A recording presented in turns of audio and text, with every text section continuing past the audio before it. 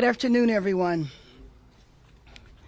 Yesterday I was with Captain Silverman in the Palisades area, and even though we've seen the devastation every day on TV, I've seen it from in a helicopter, the devastation is just unthinkable. I walked through the area and I saw what were homes. I saw playground equipment where children have been, and I think through this tragedy we haven't talked much about the children, but I think about kids that left their home expecting to come back and not being able to, and how challenging that must be to explain to your children or your grandchildren that what they knew as home is gone. But you know, I am hopeful that we are turning the corner. I know that Monday and Tuesday will be concerned that the Santa Anas are going to come back, but I am hopeful that it will not be anywhere near the severity that we saw in the beginning of this. But my message to Los Angeles is that after the fires are out definitively, there is no greater priority than getting people back home.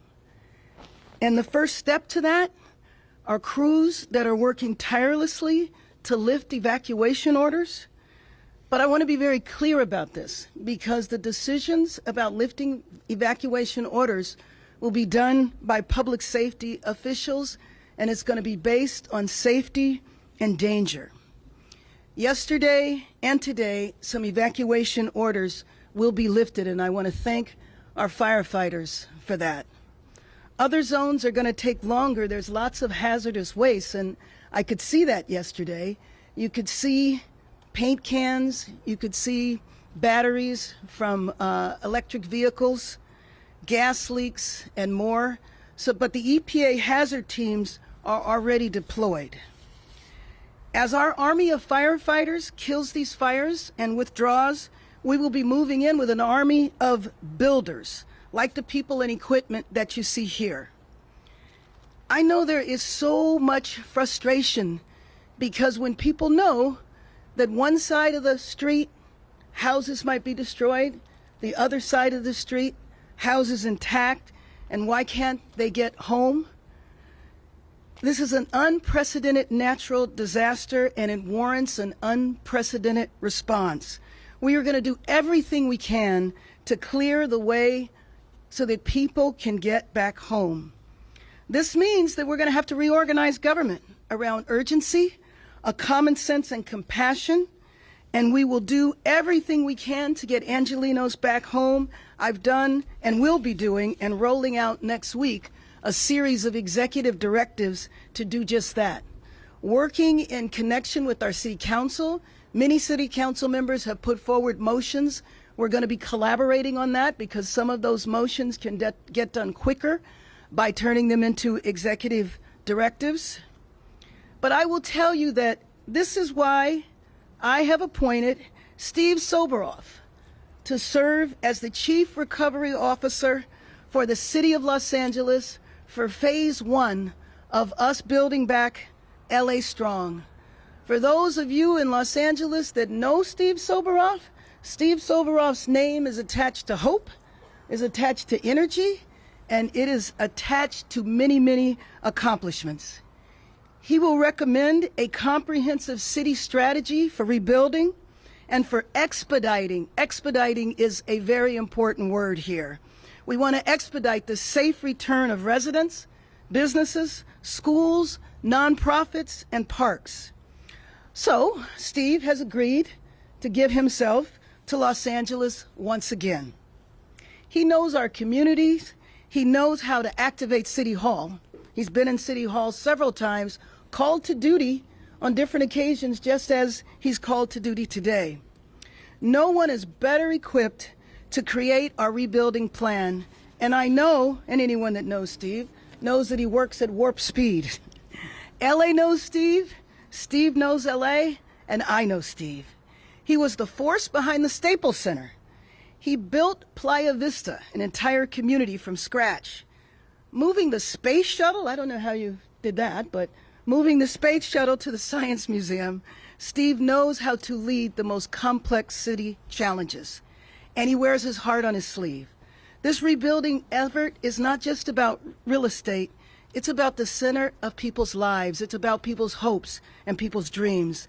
That's what a home is. I know that he will help lead us on a path forward. LA Strong, that's rebuilding LA. We will stand together. We will get this job done. Steve Soboroff. Thanks, Mayor. Absolutely. It's all yours. People in LA are hurting. They're frustrated, like the mayor said. They're confused. They want to know what they can do today. They can't get back in their homes to find the pictures of their loved ones. And a whole lot of people are out of work as a community has been wiped off the face of the earth. And a community that's about 120 years old. I lived in it. My kids grew up in it for 40 years. But it's the same as every community in Los Angeles. And what we need is, and what I hope people will start with is today, is hope. There is an A to Z for each one of us. And A is today. And we're going to get there step by step. And the city is going to help to the extent it can. And we will have to outsource to the extent it can't. That there's going to be a bus to yes. That's right. And if people want to get on the bus with us, get on it. If they want to spend their time throwing embers right now and next Tuesday when it's windy by spending their time on that kind of stuff, just don't get on our bus. But we are going to move forward and recreate a community that if we close our eyes, it's like it's got a great park. It's got a great library. It's got great places of worship. It's got great restaurants. And I'm not talking about the quality of the food or the price points. I'm talking about the people that, I mean, it's emotional to me. The people that work there, that taught my kids how to speak Spanish, that have been there for generations, that now are on the verge of homelessness after working in a community for 40 years. That's why I'm doing this. All right. I want people to feel like we're going to tell them in the next week what they can start doing tomorrow to go to B and then to C. And people will be able to get the plans, permits, the equipment will be ready for them, and they can start building their houses. And I'm thankful, Mayor, for the contacts you've made with the state and with existing administration and the incoming administration about the future of getting the funds to do this, because we have people in this city that care so much about this city that all we need is people to hop on the bus with us. That's right. Because we're going to do that, and I'm happy to be involved for all of those people, and I want to see this community go back, because neighborhoods and communities are everything to people. The library, the park, the houses of worship. So let's do it. We will. We will. Thank you. Thank you. Take questions? Yes. Hopping on the bus is fine, but are you going to change some of the mechanisms of the bus that need changing? Will those executive orders include things like changes in construction codes so that homes are more fire resistant, not having as much density so that fires can spread from home to home, cutting back on your, if you want to call it, urban landscape that is there next to the homes, and finally reducing density? You lost a lot of homes up there that were built out.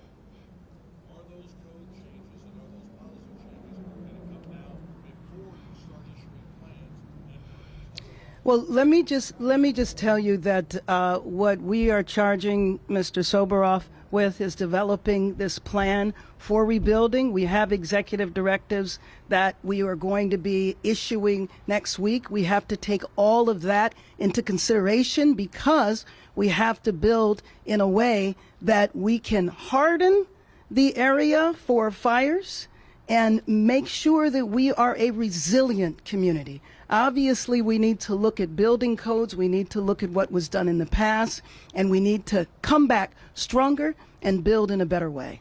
Thank If you you. have a home that was burnt down, it's a horrible thing. And the idea that you won't be able to rebuild your home, if you want to rebuild your home with the correct materials, although if your house was built out of concrete, in this fire, it would have lasted about an hour longer than it did. This was a this was a God event. But the idea of using this to decrease density, I think people deserve to rebuild their houses. I think people want to get back in there. Now, if they want to try and expand their house beyond a certain amount, that should open up a different way. But we're going to come up with a way for people to pull those permits and to get those inspections and to have that equipment to rebuild their lives. This is not an urban planning exercise. Right. This is a saving people's lives and family and the people that work for them and help them exercise. Yes. Mayor Bass, Joe Kwan, the Spectrum News One, you just said that you're hopeful that we're turning the corner. Yes, Now might be an I did say that. ask this. I've heard from numerous residents not placing blame on you, but they've been waiting to hear a response about their frustrations. Do you have anything to say to them who continue to be frustrated, not blaming you, but who say they are disappointed in your leadership? Sure. Next week we will be announcing an investigation. We need to look back at everything that happened. But to me, over the last week, the most important thing was to get past the fires, to make sure that on Monday and Tuesday, we're not facing a danger again. And so I'll be looking forward to that. It will be external. It will not be done internally, although internally we absolutely are looking back at what happened, but moving forward so that we can get our city back on the road to where we were before, and not even where we were before, but how we will be much better. Mayor Bass, do you plan on having a town hall? Governor Newsom is having one on Sunday, but do you plan on having one? I plan on having lots of those. I've always done that and will definitely continue to do that. I don't have one scheduled right now. Mayor Bass, Austin Westfall with Fox 11. Go ahead. Mayor Bass, a question for you. Do you plan on working with the Army Corps of Engineers to build a reservoir in the Sullivan Canyon Flood Control Channel where the watershed ends at the catch basin and the water is distributed Well, let me to the ocean? just tell you that what we plan on doing absolutely is working with the Army Corps of Engineers, but not with what you just described. Austin Yes. Westfall with Fox 11. An AP review found that homes were already burning and escape routes jammed when the Palisades evacuation order came. Did the evacuation order come fast enough? Well, I think we have a representative here from Fire. Would you like to answer that? So I don't have the specifics on exactly what time the first evacuation order came out, but what I can say is when an incident first breaks, it takes some time for us to get our first resources on scene, evaluate the situation, look at maps, determine which areas need to be evacuated. Of course, in a fire of this magnitude, and our first on companies that were en route immediately asked for more resources just based on the amount of smoke that was going up into the air. We knew that there was going to be a very large evacuation area.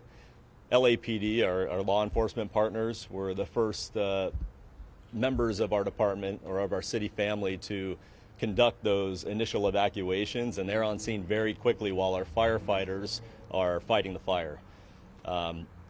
You can imagine if you're in the immediate area, whenever a fire starts, you're going to get some indications that there's a fire heading your way, especially during these windy days when we've put out plenty of alerts to warn the public that we have that high fire hazard zones, red flag days, the parking restrictions. Everyone who lives in an area in Los Angeles that's subject to wildfires is well aware of the danger, as far as I could say. So the initial evacuations that have to go out via WIA alert, the wireless emergency alerts, as well as Notify LA and other alert systems, they do take some time to formulate because we have to be very specific on what we're saying. Obviously, those accidental alerts that went out are an indication of why we wouldn't just put a mass alert out to cause the entire county to start panicking. We do have to be very specific, but we do have resources on scene that are evacuating the initial areas. Our law enforcement partners are helping us with that, and then as soon as we can determine what areas need to be evacuated, those wireless emergency alerts and Notify LA alerts go out. Guys, wait a second. We got to move forward so people can get back in their homes and back in the parks and back in their churches. Officer, come here for a second. I was police commissioner for 10 years. Well, my job, thank you for service, sir, no problem, was to adjudicate cases. And when you adjudicate a case of something that goes wrong or right, you need information. The worst thing you can do is spend all kinds of time and energy away from making things better in the future than just looking at the past. So I'm not going to get involved in that. I hope they find out everything. But it would take me on every case, 6 or 7 months. I'd get 700 pages of science. I'd get reports. This whole thing about well, if you would have done this, and if you should have done that, and well, it didn't, and we can find out. But if you think that's going to help the people that are frustrated, that are about to be homeless because they lost their jobs, or are looking for a place for their kids to go, that ain't going to help them. That's why she asked me to come on, is to help them and move forward and give them hope. And if I'm not going to provide the adrenaline to this community with these people to and more people that we're going to bring, then I will fail. I'm going to fail. But we know he is not going to fail. Yes. Gavin Newsom has said he has putting together a Marshall Plan Yes. for rebuilding LA. I'm wondering, is that something you guys are working on? Absolutely we are. I met with the governor yesterday for a good hour talking about all that. And so what you will see is the plans, and what he's doing is on a regional basis. We will be working hand in glove together. And in fact, that has already started because the state has taken responsibility for clearing the hazardous waste. All of that is happening right now. I spoke with Governor Davis today. I've spoken with a lot of people before I decided, to do this, and I'm sure you talked to a lot of people before you asked me. Governor Davis too. But he's gone through fires, and he said, Steve, think about the victims. Yes. Think about the victims. The families. This ain't the Steve Soboroff show or the Karen Bass for Mayor show. This is about the victims, and that's what we are doing. That's what we talk about in private. Right. We don't talk about anything else. It's about the victims. It's about restoring community, because without community, people are lost, and that's what we're going to focus on. I have a 10-point plan of what I'm going to start on the first day. I'm not going through that today. The mayor and I are going to be walking around in the Palisades, but we're not doing this for picture visibility. We're doing this for completion, because these people are desperate. I heard a lady yesterday with her little girl saying, honey, you're going to go back to school, and it's going to be your same classmates, which I thought was wonderful. And you know what? We are going to be in the car for an hour every morning instead of 7 minutes. So we're going to have so much fun. But the mother was so relieved. That is what we want people to feel starting 15 minutes from now. I'm not the czar. She is the czar. She isn't. Two more questions. Yes. Why isn't this an urban planning exercise? Shouldn't this be an opportunity to rebuild Los No. Angeles into be more of a fire-resistant city? Well, we absolutely will be taking that. We want to make sure that when we build, we will build LA back stronger. We will build Palisades back stronger. And of course, we are going to, and it's not just Palisades. We know that there's many other areas. Mandeville Canyon, we're concerned about. And so Sylmar, what is going on there. And it's absolutely an opportunity for us to make sure we build back better, which means that we want to have a resilient community. One more question? Mr. Soboroff, if a homeowner came out to you and said, hey,